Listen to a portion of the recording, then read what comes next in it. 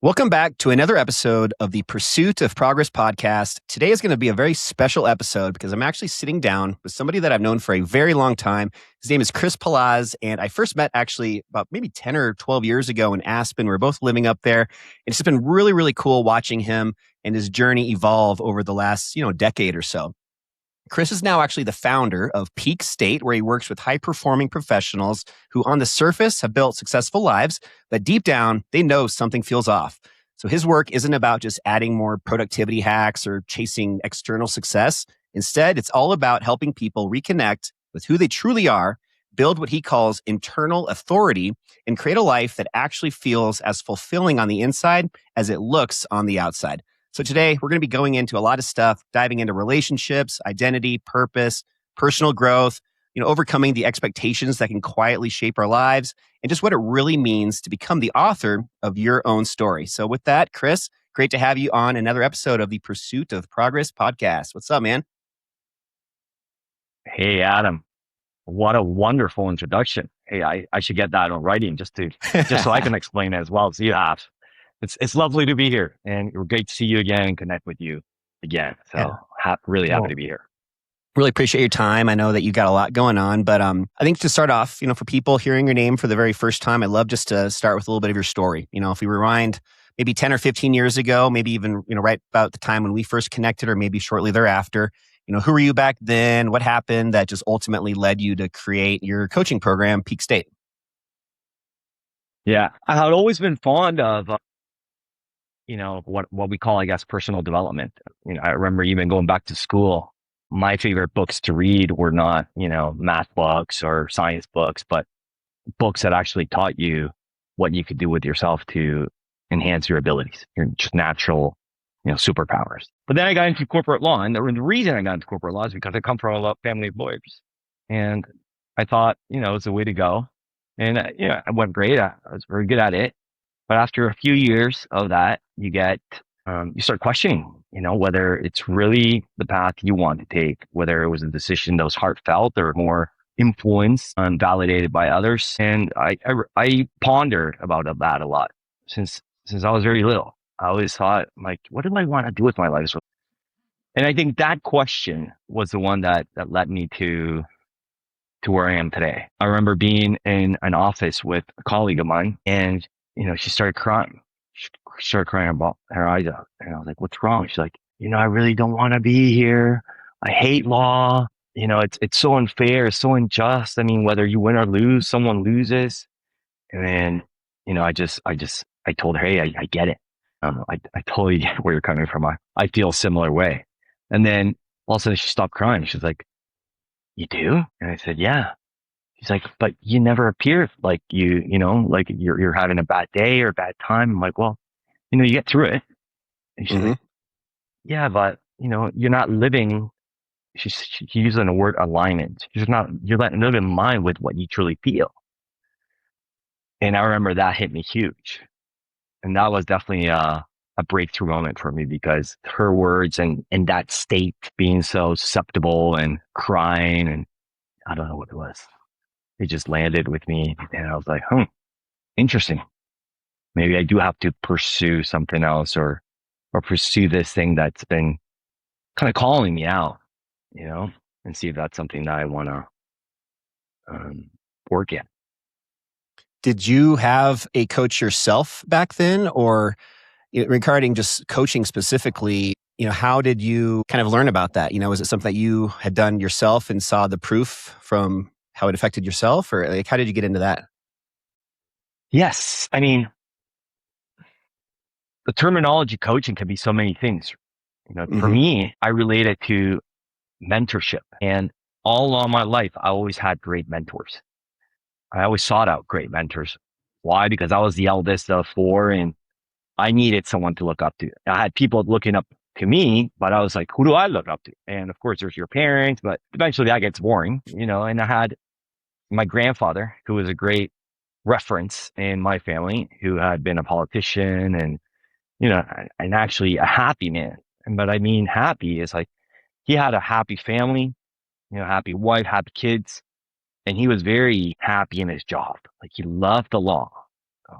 He loved defending people. He loved working hard for them for what was fair. And that to me was like the fine balance and the true joy of having both personal and professional happiness.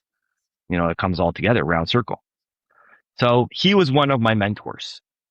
I always, every time I was about to make an important decision, I would go to him. And I was like, well, I've been thinking this. What do you think about that? And then all along my life, my dad for sure was a good mentor, my uncle, and then just my soccer coaches. I had some really good mentors there.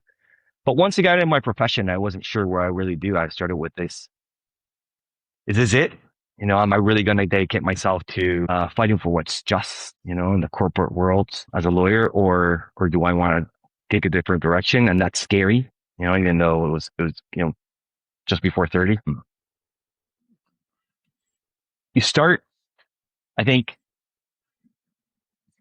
you start valuing people's experience, and you see that as, okay, if it was possible for someone else to do it, then, I can do it.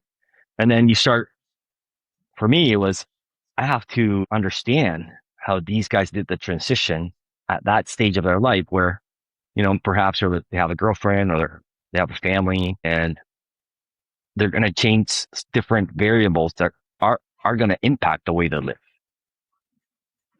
with a career and everything kind of solidified. And yes, a level of security and certainty in your life. And so I started reading about these stories.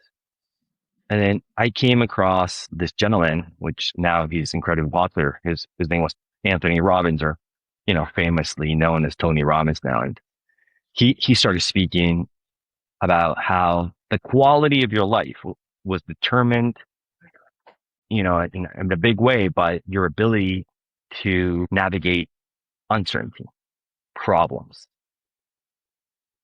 And that really caught my attention. And so as soon as I finished his book, the giant within, and I went to some of the seminars, got a coach from his company, got certified for him, by his academy as a coach. And then I never took my foot off the pedal after that. Just started growing in that sense. So to your response, or to your question, which is a little bit long-winded, maybe it's, since then, I would say 2009, I've had a coach, and then I still do. Wow. So going on 15 years. That's awesome. Yeah. So I'd like to just kind of follow up questions to some of that. So, because that is kind of maybe me a little bit personal here, but I mean, I've found myself, especially in the last couple of years, just really struggling with like finding my purpose. I think now more than ever with all of this stuff on social media, it's such a comparison culture where everybody has their highlight reel on social media, and you see everybody traveling the world, buying stuff, having a perfect family. You can take it in a million different directions. But because of all of that, I just wonder if, in the past, before social media, people had kind of this over the hill, they hit 40 and they had kind of this midlife crisis. And I just feel like now it's not 40, it's even people that are at 20, 25, people that are just consumed by social media and these highlight reels of everybody that they're following, which obviously is not real and normal and reality. But because of that, it's just really, I think, skewed so many of us, myself included, just with our perception of what's important, how to really just enjoy life. I think for me, I'm just having a contentment with like the now versus always being so focused on like working towards something in the future. Do you notice that with just your clients, maybe just like the demographics of who you're typically working with? Are they mostly still, men and women our age that are in their 40s, kind of that midlife type chapter? Or are you working with people that are younger? Do you feel like coaching is even more important now, maybe even at an earlier age because of some of that stuff? That's a great observation, Adam. Short answer, yes, I agree with that. I believe people are skewed, people are distracted, people are influenced a lot more to a lot more channels, a lot more of the time. Mm-hmm. So if before you only had TV and your parents and your coach and your soccer coach or whatever to kind of influence and educate you and, set you on the right path. Now you look anywhere and you have a ton of information. So say the currency now is attention, right? We're seeking attention from everyone either to try to impose our philosophy or product or services or that. And it's hard. So I agree. It's hard. It's hard for a 40-year-old. It's hard for a 20-year-old, maybe even harder for a 20-year-old who doesn't have any clarity or direction. So I believe it's super important to have a coach or have a therapist or have a mentor, have someone, a guide. I refer to that person as a guide, and that's someone who's had these internal battles and experiencing inner conflict between this is what I feel I want, but this is what I think I should want because everyone says so, or everything around me points to this. Mm-hmm. And I think that's where most people deviate into a path that they get to their 40s or 50s, and then they look back and they're questioning, what did I just do with, the last 30 years of my life?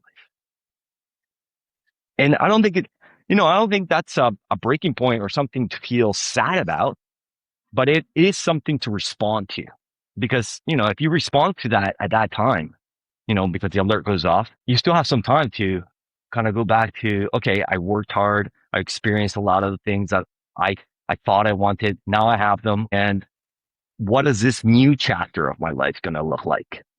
How do I want to alter this? How do I stand, in this decade, 40s, 50s, to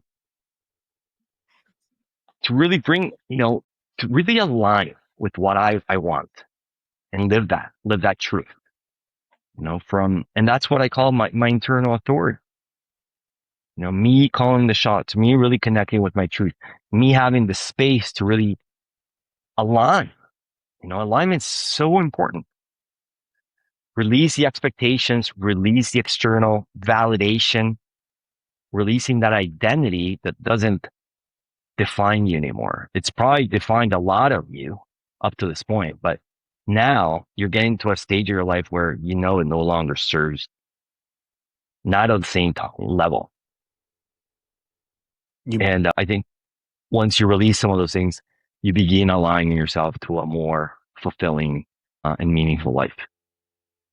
Is that something that you work with a lot of your clients on, or am I kind of going down a tangent here? But I'm just speaking for myself again. It sounds so easy, but it's so hard to kind of take yourself out of that and just really take a step back and just kind of analyze where you're at in life. I don't know. I get going down these rabbit holes sometimes with that kind of stuff. And I just didn't know if you had maybe an example or a tangible way that maybe you work with some of your clients on that, or just how people can maybe better understand what their purpose is, or just understand some ways to figure it out. I still, at 43 years old, I still have a hard time just understanding what my purpose is. And I don't know. That's a very tough thing to get your head around sometimes. It is. I think it is. It's complex sometimes. Mm-hmm. Yet, if you mentioned the present before, and I'll give you an example.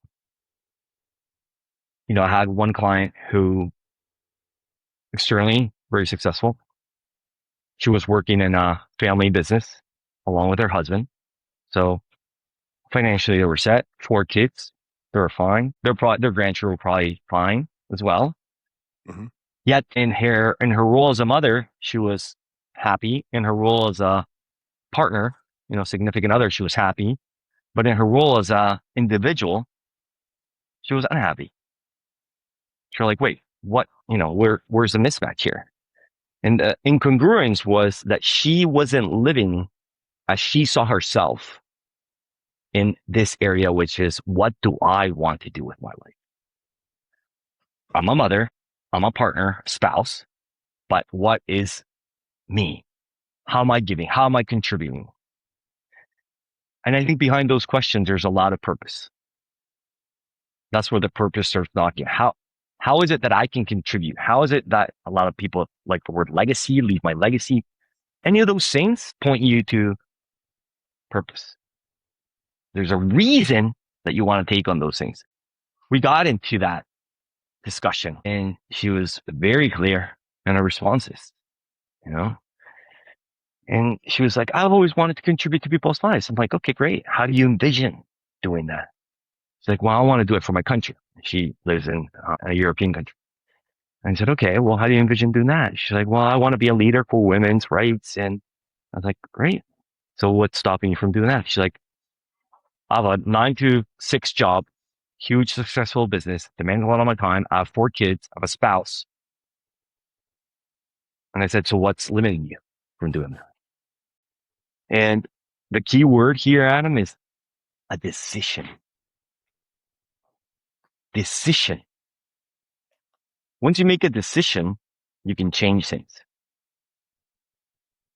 Decision and change, maybe how you structure your day.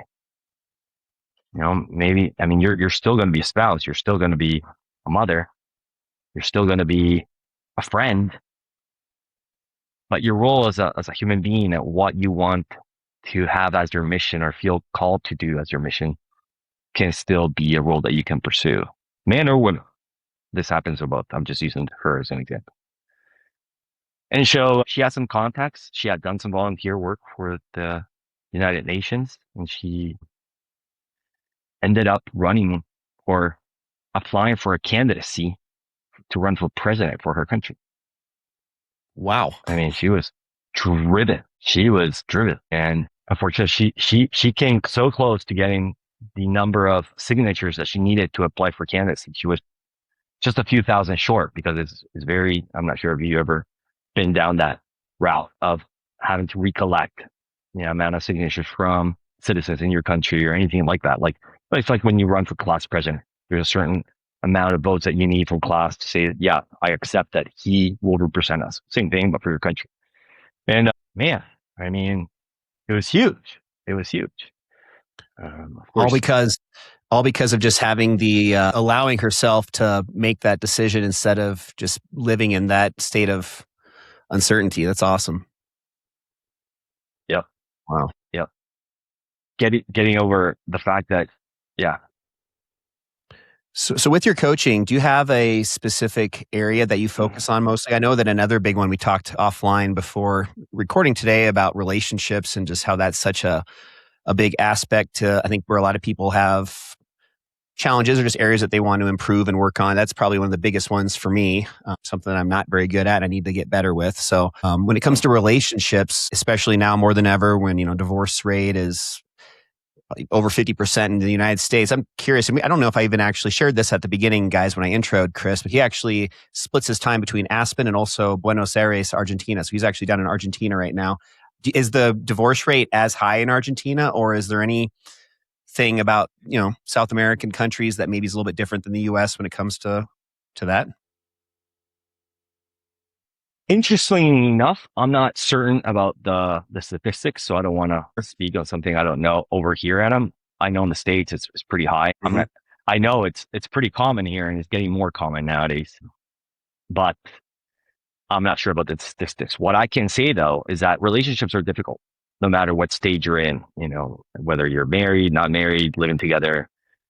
And so what I always tell my clients and most of my clients, when they come with me with a problem, the relationship eventually becomes a part of the conversation, because the relationship out of all of our areas of life is the one that has the most potential to impact, how we feel on a daily basis, right? Think when you go to work, like when you go to work, if you're in a happy relationship, you're passionate, you're juiced, you're happy in that relationship, you're psyched, right? It helps you to uplift you naturally. It's like a natural motivation, right? Even though it shouldn't be, but we kind of use it as it is, and it's natural. But when you're in a relationship that's, dim and it's kind of boring and it's kind of,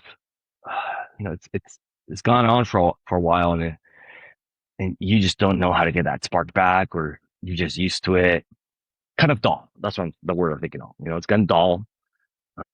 Maybe your demeanor might not be as, energizing. I don't say a word. And think of a relationship that's down the drain, and you're still with that person, but you're miserable, and all you do is fight, and criticize, right?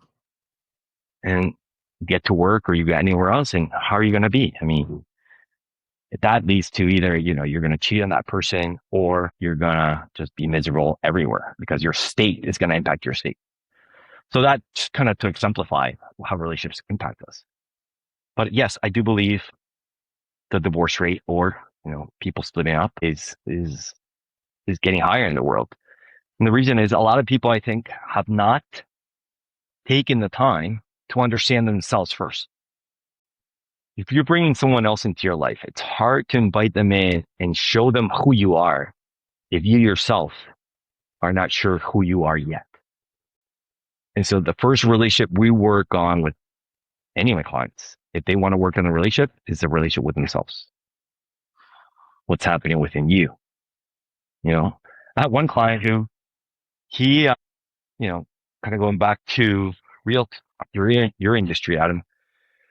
His house burnt down during one of the fires in California a couple of years ago. And he's taken about another 2 years to find a contractor. In the meanwhile, they're living with his parents. And so his wife, his daughter, and him are living with his parents. And his wife's going mental. Like she's like, if you don't get me out of here, right? If you don't get me out of here, I'm going to be like, it's either me or I'm tossing you out. So, it's like, and he was having trouble having this conversation, bringing like, I'm comfortable here. Like, this is good. Like, it's a big house, it's close to work, all the benefits. Like, and I'm like, well, what's going on that you can't have this conversation with your wife who you've been together with for a decade? That's not something between them. That's something that's going on with him. His communication, his certain abilities that he has not developed yet, or the confidence that he has to bring up something, or what's the fear behind that, right? So there's all these elements and intricacies that you have to get into in order to understand what someone's thinking about and the conflicts it's bringing them to not be able to do something that sounds simple, yet it's so much more complex. And so I'm not sure this is only in the realm of coaching, but, just to kind of toot my own horn here without humbly, is I've done a strategic intervention. What that means is you're able to identify what the people, which needs they're trying to meet through their actions. And we have certain needs, like the need for certainty, security, the need for variety, right? The need to feel important, and the need for love and connection. Say those four for now.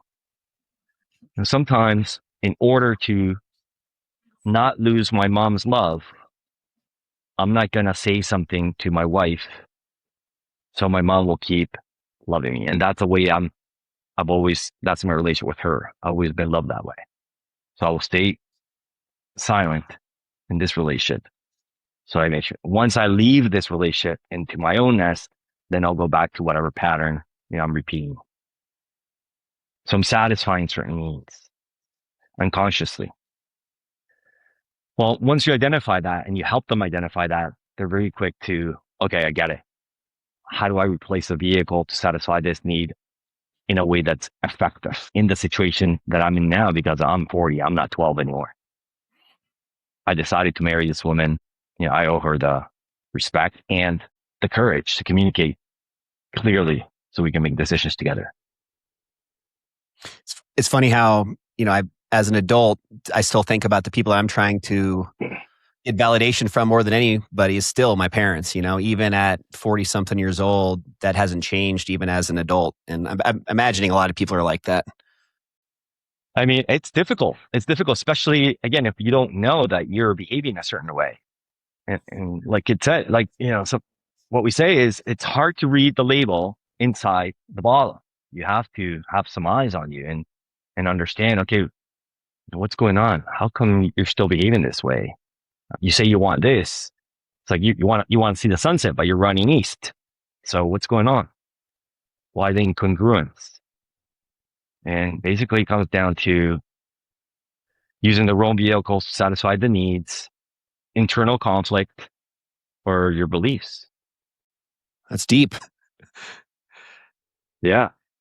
And I think there's no deep work. There's no final, there's no finish line with some of that stuff. It's something that I think people deal with their entire life. There's always more clarity to get, more, deeper understanding of who you are as a person. And man, that's crazy. So with Yeah, relationships, it is deep. I was gonna say, so with relationships, outside of a coach like yourself, which I think is a huge, huge advantage for people that are really trying to, improve this aspect of their life. Do you think that relationship specific coaches are also worthwhile, and that should also be something that maybe is done even early on when the relationship is in a good, healthy state, just to kind of help with getting away from the dullness that can happen over, kind of getting into just that routine and, just where nothing new is ever happening and it just becomes a little bit mundane? 100%, 100%, Adam. I think that's one of the biggest tricks. People nowadays are realizing that uh, they're connecting with their humble side and understanding that they don't have to have all the answers and everything figured out. And it's good to have a wise pair of eyes. So what I mean by wise is someone who's had the experience or at least, gone down the path that can say, hey, look at this, point things out proactively. And I think it's very wise for the couple to make that decision early on and say, hey, we've been together for 5 years now. What do you think about this? Having a pair of eyes on us and see if we're still treating each other the same, we're caring for each other the same. If we let go of some of the things that we did before at the start of the relationship. The other one is if we admire each other the same, because there are things that now you admired before, but now you've gotten used to that they're just part of a routine and you're not seeing that anymore. So now the criticism comes in, right? It's relationships are great. I think they're great. You must work on the relationship you have with yourself to make sure that you're courageous enough, and that means vulnerable enough to be able to expose yourself to your partner and have those hard conversations. That makes a ton of a difference in a relationship. And I say so from experience because in my second relationship, it's a lot different than my first, you know. Yeah, with my most recent relationship, I think that's one of the biggest regrets that I have is that I wasn't more intentional about that at the time when it mattered, and now it's too late. It's something that I think maybe you only learn through experience and through mistakes. But man, that I could not agree with you more on that. I think with just kind of back to coaching, just with how much different the world is today, with how like you and I are, we're talking, not halfway across the world, but pretty dang close right now. There's so much more accessibility to coaching than there was in the previous generation. Our parents' generation was the baby boomers, where they just, they didn't really show emotion. They didn't communicate very well. That's a joke that my dad often has with me, with how he, says that myself, I'm kind of a bad communicator with relationships because he was, and just how different that generation was with not expressing themselves, not doing a lot of the things that you're talking about. And man, just nowadays with how much more ability we have just to, like right now, just being able to talk to you about some of this stuff. And I just say all that just to let the audience know that, man, if you've never considered coaching, if you've never really thought that that was something that you needed, or you just thought it was maybe too expensive or too difficult because you don't have the time in the day to go drive and meet a coach or a therapist or whoever it may be somewhere. There's so many more options these days to make it happen. So I just hope anybody that's maybe this is resonating with them, that, they at least consider a little bit more seriously, because there are a lot of options out there. Yeah. Yeah. So just a little bit more on relationships, with your, if you get if this is too personal, don't worry about it. But you got into when you first started going to Tony Robbins, and that was like what, about a decade ago or more? That was. Yeah. 2015. Okay. So were you still married at that point? Were you still in your first relationship? I was. So Yes. were some of these things we're talking about, was that also true to you, as far as you just started kind of realizing some of the stuff that we're talking about, and maybe at that point realized that it couldn't really work? You tried to do some of the stuff, but then realized that, because what I'm trying to, long-winded way of me just getting at, sometimes relationships don't work out, and that's okay. But I think, man, to at least have the ability to know that you gave it your best shot, and I think that's where I have a little bit of regret with my most recent relationship, is that I didn't do that. And just, curious if you learned if some of that is maybe from Tony Robbins, or just some of the coaching that you had first started to do, just to kind of get more introspective on your life. Any event that you attend to that where you're talking about, relationships about yourself and relationship with others is going to lead to some type of introspection, especially about the relationship that you're in or you choose to be in that moment. To your point,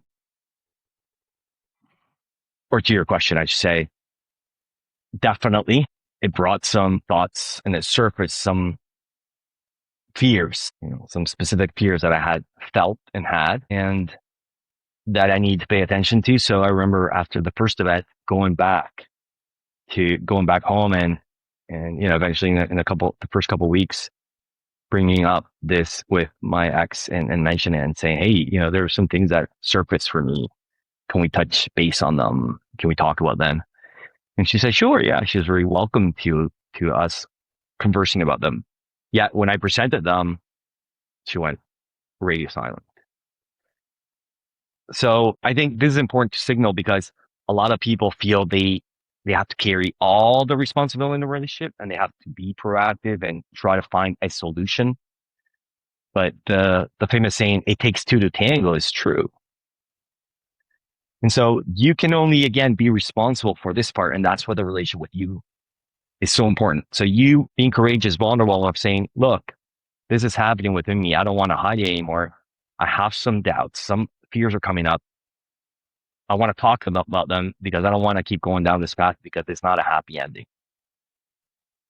If you do that and from the other side you get resistance, okay, that's not your responsibility to change a person to want to join you in that path. You can only represent your arguments or your thoughts, your ideas, your true emotion, and, support. And give, like you said, give it your best shot.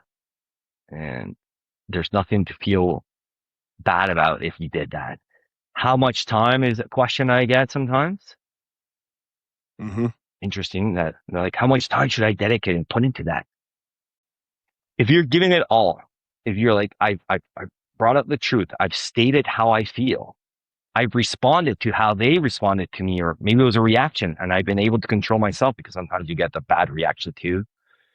And you've been able to communicate through that and maybe suggest some ideas if you guys can't communicate together and go to, couples therapy or dating or coaching.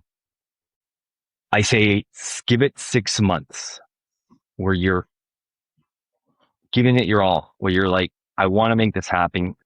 If that's your desire, because if that's not what you are truly aligned with and want, then you won't be able to. If that's one situation. The situation where, the relationship gets mundane or, it needs some spark or you guys just need to reconnect. If there's love there, you will be able to, because there's been love and you guys have a way to communicate. If there's not true love there and what your heart's saying, I really need to get out of it, then that should be communicated clearly and as quickly as possible. And the reason for that, Adam, is time. You don't want to spend more time in a relationship that you shouldn't be in. And sometimes the other person knows that as too, but they don't have the courage to say that. So we stay in something that we know is not good for us, but it fulfills a certain need, certainty, security. Man, that's hitting home. That's hitting home for me right now. Yeah. 100% agree with all of that. Man. Well, just kind of one last thing we'll just chat about before closing out this episode. I want to talk again a little bit more about coaching, and I just really want that to be a focus for so many people that aren't doing any form of coaching, and just how important that is. Somebody like yourself that has your purpose in life now is helping others through coaching and just helping them on their paths. But you yourself, do you have a coach? And the reason I'm asking that is I think it's so important for everybody to realize that there's levels to this. Even coaches have coaches. And I think once you understand that it's okay to have, I think there's still a stigma for a lot of people where they, I understand maybe like a gym trainer, that type of a coach. It's pretty obvious that, they maybe need that. It's a physical type thing. But for some of these more introspective, emotional, psychological types things, people maybe sometimes see that as a not a negative, but like, oh, I don't need that. I'm okay. They don't have they have more resistance to some types of coaching more than others. And just maybe share a little bit about just how it's impacted your life with, you shared a little bit of that at the beginning with, going and getting into Tony Robbins and stuff, but just how important this can be and how transformational. It sounds like you've had a lot of people that you've helped that have really, turned the corner and gained clarity and all that kind of good stuff. Yes, this practice is pretty significant because it impacts all the areas of your life, whether you know it or whether you realize it or not. I think, we've labeled it coaching, but for me, it's much more as, how there's software development. This is human development. So there are areas in the human that you must develop. And those three things are mind, language, which is the way you communicate both internally and externally, and how you feel. And that's your heart, your spirituality. Those three sections must be aligned, must be congruent. And I think that's what coaching, mentorship, events, human development has done for me and does for me still. I lived in that philosophy of it's not so much in I have to constantly grow, is now I must constantly make sure that what I'm choosing is aligned with what I think, with what I'm saying. So I'm removing the inner conflict and with what I feel.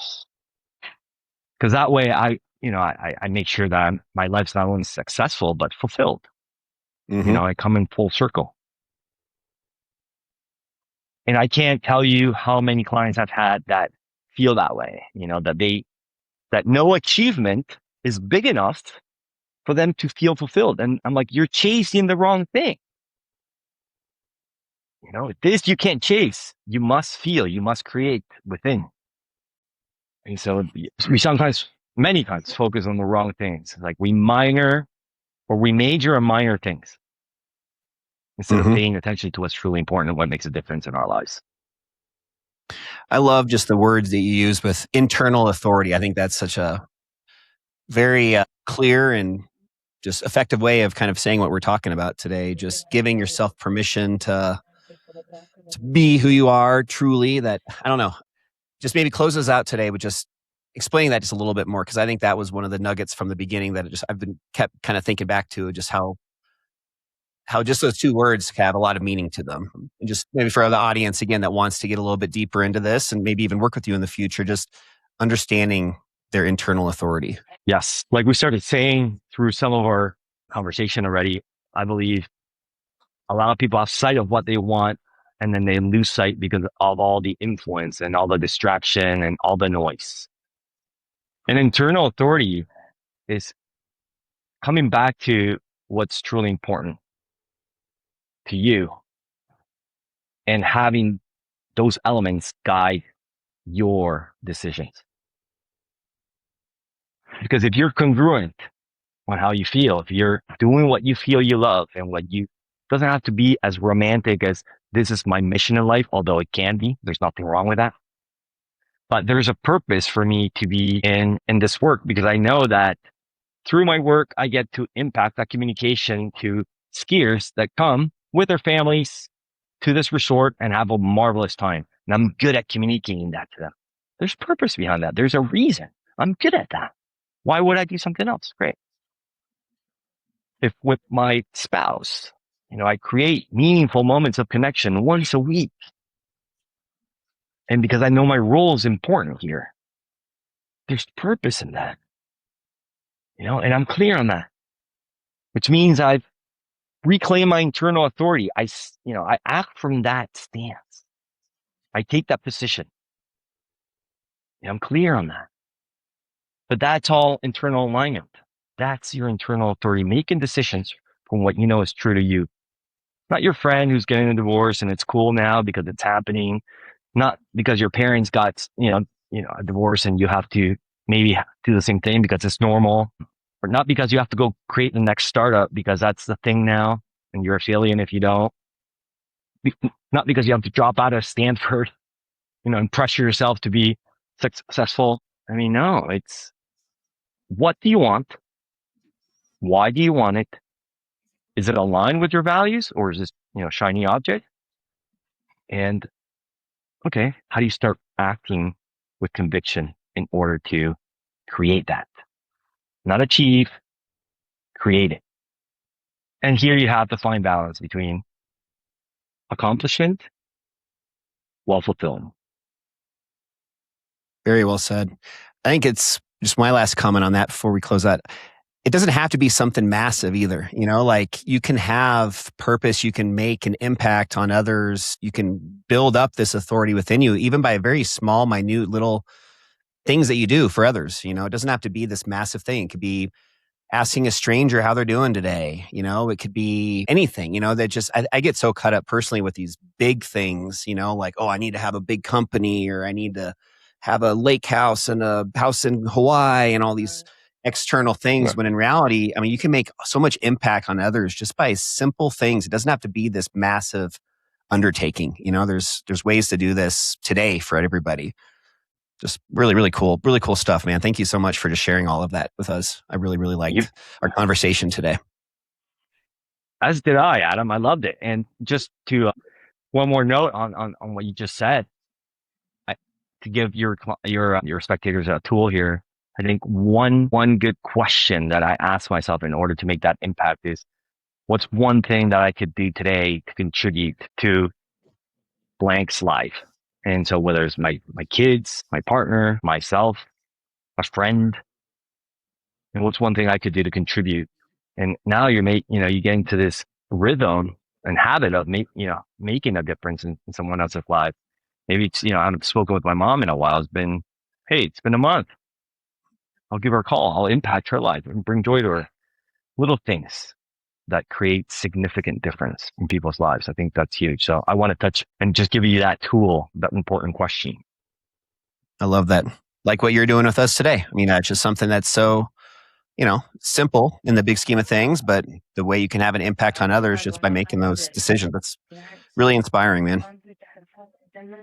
Well, with all that, you guys, I'm really happy you guys got a chance to get a little out of Chris. We're going to hopefully have him back on and get a little bit more out of him in the future. He's got a lot to provide. And if anybody that wants to maybe dig a little deeper into their own purpose and kind of take action on some of the stuff that we've been talking about today, I'm going to leave all of Chris's contact info in the show notes. But in addition to that, Chris, how can everybody connect with you if they'd like to, have a chat with you and maybe can even consider working with you? Super easy. You can write me at chris@peakstate.coach, chris@peakstate.coach. If you want more information, you can log into my website, peakstate.coach, and you have everything on there.